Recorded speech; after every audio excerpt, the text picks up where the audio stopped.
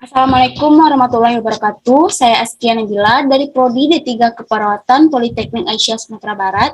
Saya akan menjelaskan mengenai penyakit tuberkulosis. Yang akan saya bahas adalah pengertian dari tuberkulosis, etiologi atau penyebab dari tuberkulosis, patogenesis penyakit atau perjalanan penyakit tersebut di dalam tubuh, manifestasi klinis atau gejala yang timbul, serta pencegahan dari tuberkulosis.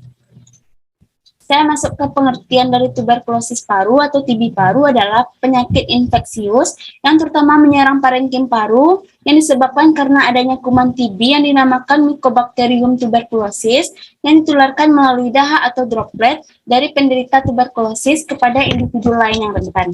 Jadi, penyakit TB ini adalah penyakit infeksius yang menyerang parenkim paru. Parenkim paru ini adalah bagian-bagian paru yang disebabkan karena adanya kuman TB yang dinamakan Mycobacterium tuberculosis dan ditularkan melalui droplet atau percikan dahak dari penderita tuberkulosis kepada individu yang memiliki imun tubuh yang rendah. Selanjutnya saya akan membahas etiologi atau penyebab dari tuberkulosis.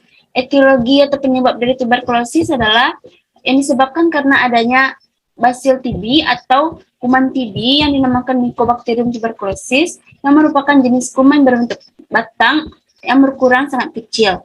Namun sumber penularannya adalah pada pasien tuberkulosis saat batuk ataupun bersin, menyebarkan kuman TB ini ke udara dalam bentuk droplet atau percikan dahak. Dan droplet dapat bertahan di udara dalam waktu beberapa jam. Seseorang dapat terinfeksi jika droplet tersebut terhirup ke dalam saluran pernapasan. Seperti yang sudah saya jelaskan tadi, bahwasanya TB paru ini penyakit yang disebabkan oleh kuman atau basil TB yang dinamakan Mycobacterium tuberculosis, di mana sumber penularannya adalah pada pasien TB pada saat batuk ataupun bersin, lalu menyebarkan kuman ke udara dalam bentuk droplet atau percikan dahak. Nah, droplet ini dapat bertahan di udara dalam waktu beberapa jam. Orang lain dapat terinfeksi jika droplet tersebut terhirup ke dalam saluran pernapasan. Selanjutnya saya masuk ke patogenesis atau perjalanan dari penyakit tersebut. Ketika seseorang pengidap TB paru batuk ataupun bersin, orang itu dapat mengeluarkan titik-titik air liur kecil yang disebut dengan droplets. Nah, titik-titik air liur kecil, percikan dahak itu disebut dengan droplets. Nah, dia mengeluarkan ke udara bebas. Droplet tersebut berisi Mycobacterium tuberculosis atau mengandung bakteri yang disebabkan Mycobacterium tuberculosis. Apabila terinhalasi oleh orang lain, akan masuk sampai di antara alveoli paru-paru. Nah, apabila terhirup oleh orang lain, akan masuk ke bagian paru-paru. Alveoli paru ini berfungsi untuk pertukaran oksigen dan karbon dioksida. Nah, alveoli ini adalah salah satu bagian dari paru-paru. Organisme kemudian akan tumbuh dan berkembang biak dalam waktu 2-12 minggu sampai jumlahnya dari 1.000 bahkan sampai 10.000. Nah, organisme ini adalah basil TBC tadi atau kuman TBC tadi dapat berkembang biak di dalam tubuh selama 2-12 minggu dan mencapai jumlahnya 1.000 bahkan sampai 10.000. Jumlah tersebut mengeluarkan respon imun yang mampu dideteksi melalui reaksi terhadap tes tuberkulin. Nah, tes tuberkulin ini adalah pemeriksaan yang dilakukan untuk mengetahui ada atau tidaknya penyebab TB di dalam tubuh.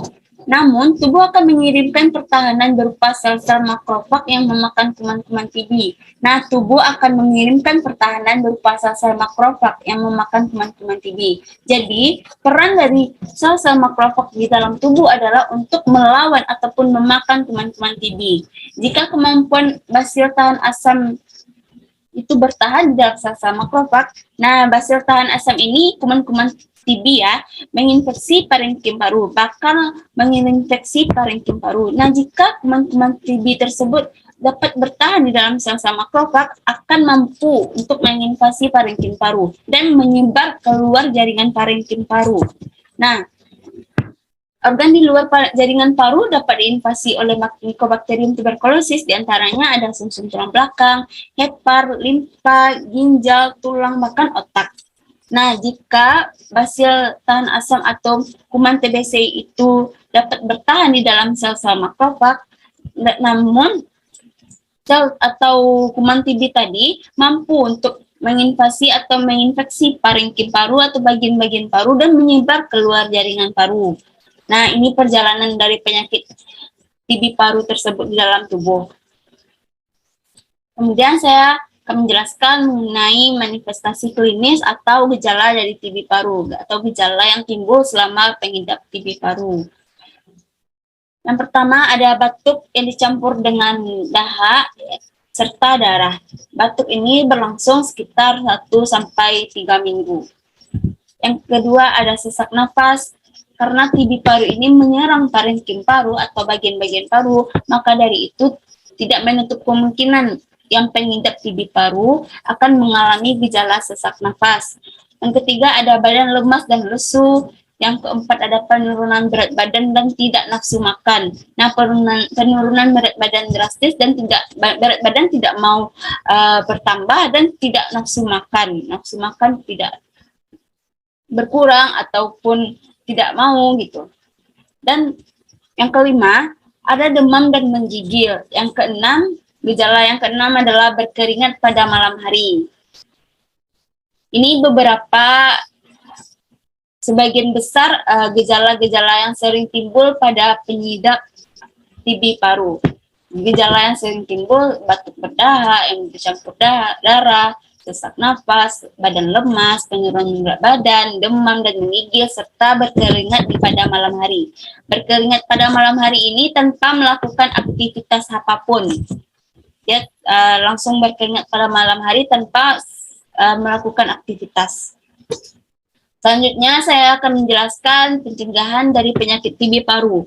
Yang pertama ada melaksanakan pengobatan TB dengan obat anti tuberkulosis yang sering disebut juga dengan OAT, dengan pengawasan hingga dinyatakan sembuh. Nah, pencegahan yang pertama ini pada pasien yang telah mengidap TB atau mengidap penyakit TB yang akan melaksanakan pengobatan obat anti tuberkulosis atau sering disebut juga dengan OAT.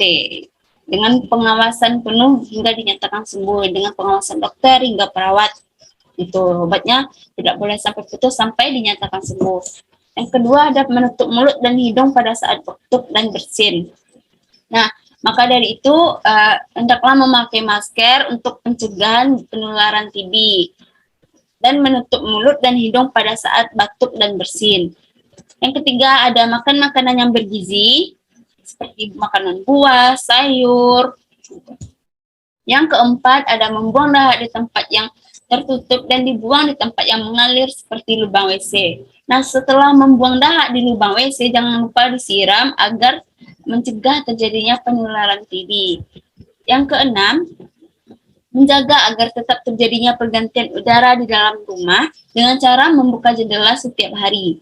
Nah, menjaga agar tetap terjadi penggantian udara dalam rumah dengan cara membuka jendela setiap hari ini mencegah agar kuman TB tersebut tidak berkembang biak, karena kuman TB dapat berkembang biak pada tempat-tempat yang gelap bahkan tempat-tempat yang lembab. Maka dari itu penting sekali untuk membuka jendela rumah agar tetap terjadi pergantian udara dan masuknya sinar ultraviolet agar kuman TB tersebut tidak bisa berkembang biak. Selanjutnya ada memisahkan alat dan minum penderita TBC. Jadi alat makan dan minum penderita TBC tidak boleh sama dengan orang-orang yang lain atau orang-orang yang belum terkena TBC. Selanjutnya ada membatasi kontak sosial dengan penderita TBC, menjaga jarak. Itu tadi menjaga dengan memakai masker. Membatasi kontak sosial dengan penderita TBC. Yang terakhir, ada tingkatkan imun tubuh dengan mengkonsumsi makanan-makanan yang bergizi dan rutin berolahraga. Tingkatkan imun tubuh dengan makanan yang bergizi ini penting sekali dan rutin berolahraga untuk menjaga imun tubuh kita agar tetap kuat.